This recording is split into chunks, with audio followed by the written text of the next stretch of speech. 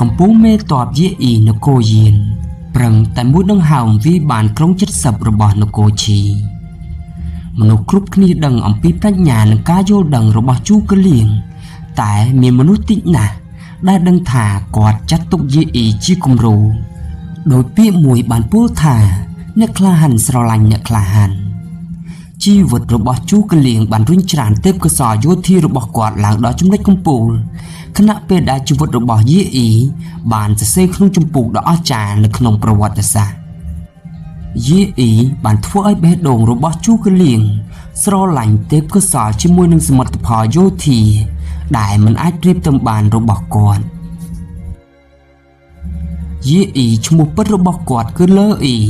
នៃគ្រួសារលើជាគ្រួសារដែលមានប្រវត្តិមិនធម្មតាបើតាមដានឫសគល់របស់គ្រួសារគាត់លើយ៉ាងជាមេតបដ៏ល្បីល្បាញរបស់នគរអ៊ុយគឺជាបុព្វបុរសរបស់គាត់ដែលជាគំរូរបស់គាត់ដូនតារបស់គាត់បានដឹកនាំទ័ពដណ្ដើមយកនគរចុងសានដែលជាសមិទ្ធផលផ្នែកយោធាដ៏អស្ចារ្យគាត់ក៏ទទួលបានរង្វាន់និងឋានៈជាលីងសៅទោះយ៉ាងណាក៏ដោយវ័យប្រែប្រួលគ្រួសាររបស់គាត់បានផ្លាស់ប្ដូរទីលំនៅទៅរស់នៅនគរចាវចាប់តាំងពីពេលនោះមកគ្រួសាររបស់យាអ៊ីបានរស់រានមានជីវិតការអភិវឌ្ឍនៅលើទឹកដីនគរចាវទទួលឥទ្ធិពលពីវប្បធម៌នគរអ៊ុយនិងចាវយាអ៊ីទទួលបានឥទ្ធិពលយោធាពីបុព្វបុរសពីមួយជំនាន់ទៅមួយជំនាន់តាំងពីក្មេងមកម្ល៉េះវាបានបំភ្លឺផ្លូវស្របនឹងការស្រេកឃ្លានរៀនសូត្រផ្ទាល់ខ្លួនរបស់គាត់ទៀតហើយគ្រួសាររបស់គាត់បានបណ្ដុះបណ្ដាលគាត់យ៉ាងប្រុងប្រយ័ត្នវាបានក្លាយជាមូលដ្ឋានគ្រឹះសម្រាប់អាជីពយោធារបស់គាត់នាពេលអនាគតដោយពាក្យមួយពោលថាអ្នកក្លាហានត្រូវបង្កើតឡើងដោយសម័យសង្គ្រាមមនុស្សត្រូវបានផ្លាស់ប្ដូរផ្លូវពេលជួបឧបសគ្គយាអ៊ីដែលនៅក្មេងនៅឡើយបានរងឥទ្ធិពលយ៉ាងខ្លាំងពីបរិយាកាសប្រវត្តិសាស្ត្រសម័យនោះទេពកោសល្យយោធាដ៏អស្ចារ្យរបស់គាត់ត្រូវបានទទួលការពេញចិត្តពីស្ដេចនគរចាវធ្វើឲ្យឧត្តមគតិរបស់គាត់បានក្លាយជាការពិតដោយការរំពឹងទុកហើយគាត់បានក្លាយជាមន្ត្រីម្នាក់របស់នគរចាវប៉ុន្តែពេលវេលាដ៏ល្អមិនបានយូរប៉ុន្មានទេស្ដេចអ៊ូលីងនៃនគរចាវបានជួបប្រទះនឹងការបះបោរសានឈីវហើយនយោបាយរបស់នគរកាន់តែមានភាពច្របូកច្របល់និងមិនអាចទាយទុកជាមុនបានដើម្បីជៀសវាងព្រឹត្តិការណ៍ដែលមនុស្សស្មានដល់យាអ៊ីបានចាក់ចេញពីនគរចាវហើយទៅរស់នៅនគរអ៊ុយមិនយូរប៉ុន្មានទៀតគាត់បានចាក់ចេញពីនគរអ៊ុយងាកទៅរកនគរយានដែលមានស្ដេចដ៏ឆ្លៀសវៃពូកែមើលមនុស្សមានទេពកោសល្យគាត់បានឃើញថាស្ដេចចៅនៃនគរយានគឺជាអ្នកគ្រប់គ្រងដែលមានចំណេះដឹងឆ្លៀសវៃប្រសិនបើគាត់បានចូលបម្រើការងារនៅនគរយាននោះគាត់ប្រកាសជាខ្លាចជាបុរសដ៏អស្ចារ្យនាពេលអនាគតការរំពឹងទុករបស់គាត់ស្របគ្នានឹងស្ដេចចៅនៃនគរយាន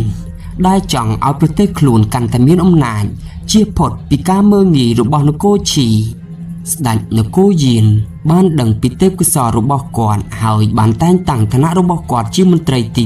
2ហើយប្រគល់គាត់នៅកិច្ចការយោធានិងកិច្ចការជាតិមួយចំនួនស្ដេចនគរយានធ្លាប់មានគំនិតថាវាមិនយឺតពេលទេសម្រាប់សុភាពបុរសក្នុងការសងសឹកដើម្បីលុបបំបាត់ភាពអាម៉ាស់របស់នគរដែលត្រូវនគរឈីប្រមាណស្ដេចចៅនៃនគរយានបានទប់កំហឹងរបស់គាត់រយៈពេលជាង20ឆ្នាំមកហើយស៊ូទ្រាំនឹងភាពអាម៉ាស់និងខិតខំគ្រប់គ្រងនគរឲ្យកាន់តែរឹងមាំជាមួយនឹងជំនួយឥតឈប់ឈររបស់យាអ៊ីសេដ្ឋកិច្ចនយោបាយនិងយោធាបានឆ្លងកាត់ការផ្លាស់ប្ដូរយ៉ាងខ្លាំងទីបំផុតនៅថ្ងៃមួយស្ដេចចៅនៃនគរយានបានចេញបញ្ជាឲ្យយាអ៊ីវាយប្រហារនគរឈីយាអ៊ីមានតួនាទីសំខាន់ក្នុងការពិភាក្សាវិភាគពីគុណសម្បត្តិនិងគុណវិបត្តិនៃយុទ្ធសាស្ត្រវាយប្រហារនគរឈីជាមួយនឹងស្ដេចចៅនៃនគរយានគាត់បានណែនាំយុទ្ធសាស្ត្រថា1ទល់នឹង1ពិតជាពិបាកក្នុងការយកឈ្នះតែបើច្រើនទល់នឹង1ប្រកាសជាឈ្នះហើយគាត់បានបញ្ចុះបញ្ចូលស្ដេចចៅនៃនគរយានយកយុទ្ធសាស្ត្របង្រួបបង្រួមប្រទេសដែលមានចំនួនជាមួយនគរឈីដើម្បីវាយប្រហាររួមគ្នា យេអ៊ីបានប្រើជំនាញនិងភាពឧស្សាហ៍ព្យាយាមដើម្បីឈានទៅដល់សម្ព័ន្ធភាពយោធាជាមួយស្ដេចហួយនគរចៅ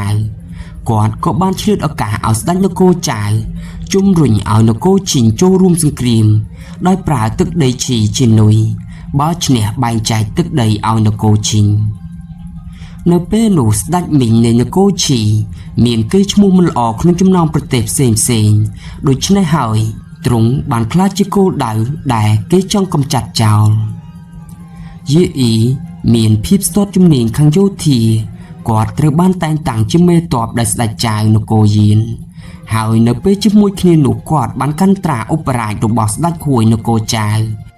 និងបានដឹកនាំកងទ័ពនគរទាំង5មាននគរចៅឈូហានអ៊ួយយានដើម្បីវាយនគរឈីនៅពេលនគរពីរប្រយុទ្ធគ្នាអ្នកខ្លាំងនឹងឈ្នះ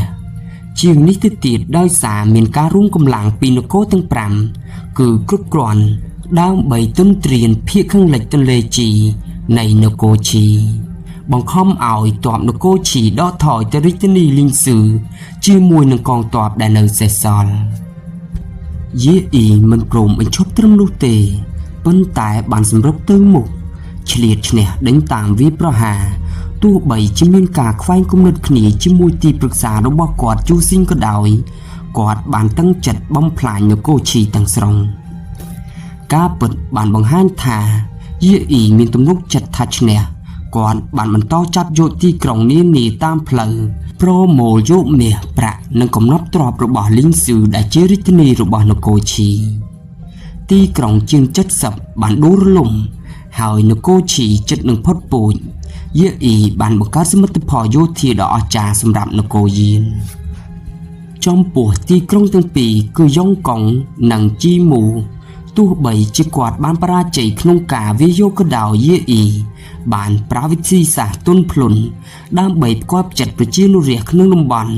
ហើយបានរាប់អានជាមួយគ្រួសារអភិជនរបស់នគរឈីដើម្បីមានឥទ្ធិពលលើមនោគមវិជ្ជានិងកម្ចាត់អធិភាពរបស់ពួកគេក្រោមការគ្រប់គ្រងរបស់ស្ដេចចៅនៃនគរយានអាជីពរបស់យេអ៊ីមានភាពរីកចម្រើននិងស្វាហាប់ប៉ុន្តែនៅពេលដែលបុត្ររបស់ទ្រង់ព្រះនាមហួយបានឡើងសោយរាជស្ថានភាពគឺខុសពីអតីតកាលស្ដេចអង្គថ្មីមួយនេះតែងតែមានចំនួនជាមួយយេអ៊ីហើយក៏មានការខឹងសម្បារនឹងគាត់ផងដែរទៀនតានដែលជាមេទ័ពរបស់នគរឈីបានទាញយកប្រយោជន៍ពីភាពទន់ខ្សោយខាងទំនាក់ទំនងរបស់ស្ដេចយាននិងមន្ត្រី